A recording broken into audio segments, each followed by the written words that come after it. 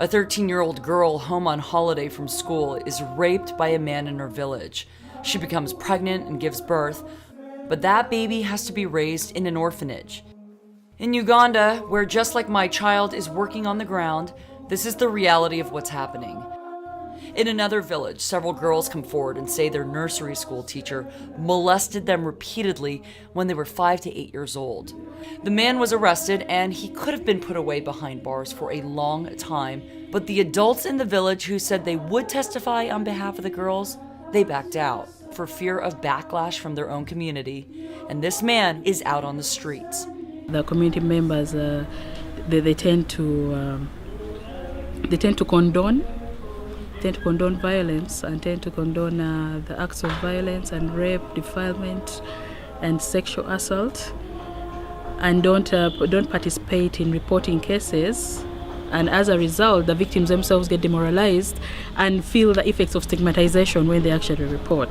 To the communities, women don't have a say over their bodies. In the same village, when asking a room full of girls who'd before remained silent, who among them had been molested or raped, every single girl raised her hand. The gravity of sexual and gender-based violence, that in some cases leads to death, actually.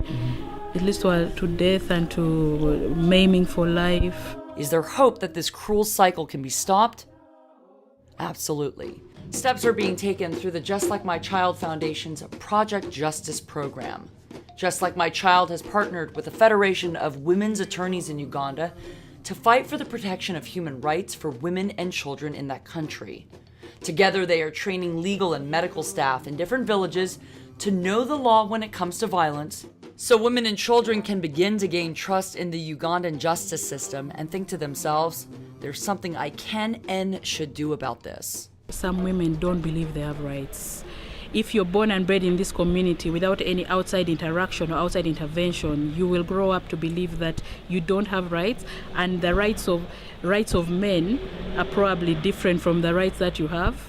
We have had some community interactions where women actually say that the girl child has different rights from a boy child. A boy child has a right to go to school, while a girl child has a right to get married at a certain age. How will that change? Just Like My Child has already built quality schools so girls can get an education and break the cycles of poverty, and they're building more, but they're going well beyond that.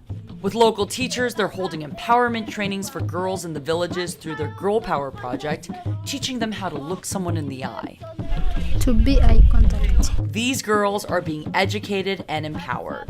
Boys not to deceive us, but to be abstain. Teaching these girls how to protect their bodies and why they should. Our aim is to strengthen and empower women to be able to stand against violence, to be able to stand against assaults of all kinds, to be able to reach their potential, to reach their maximum potential economically and otherwise. And we hope that the children, both girl and boy alike, will have the same opportunities at the end of the day. And today, Just Like My Child stands firm in its commitment to reach tens of thousands of women and girls with the tools of justice and empowerment so that hope burns brightly and the true potential of women and girls can be unleashed. Be accountant. All right, how about you? To be a nurse. Be a nurse. And you? And me to be a nurse. To be a teacher. And when that happens, economic productivity increases, education increases, infant mortality reduces, health and nutrition gets better, and hope for the next generation becomes greater. I feel the new knowledge. Thank you, Just Like My Child.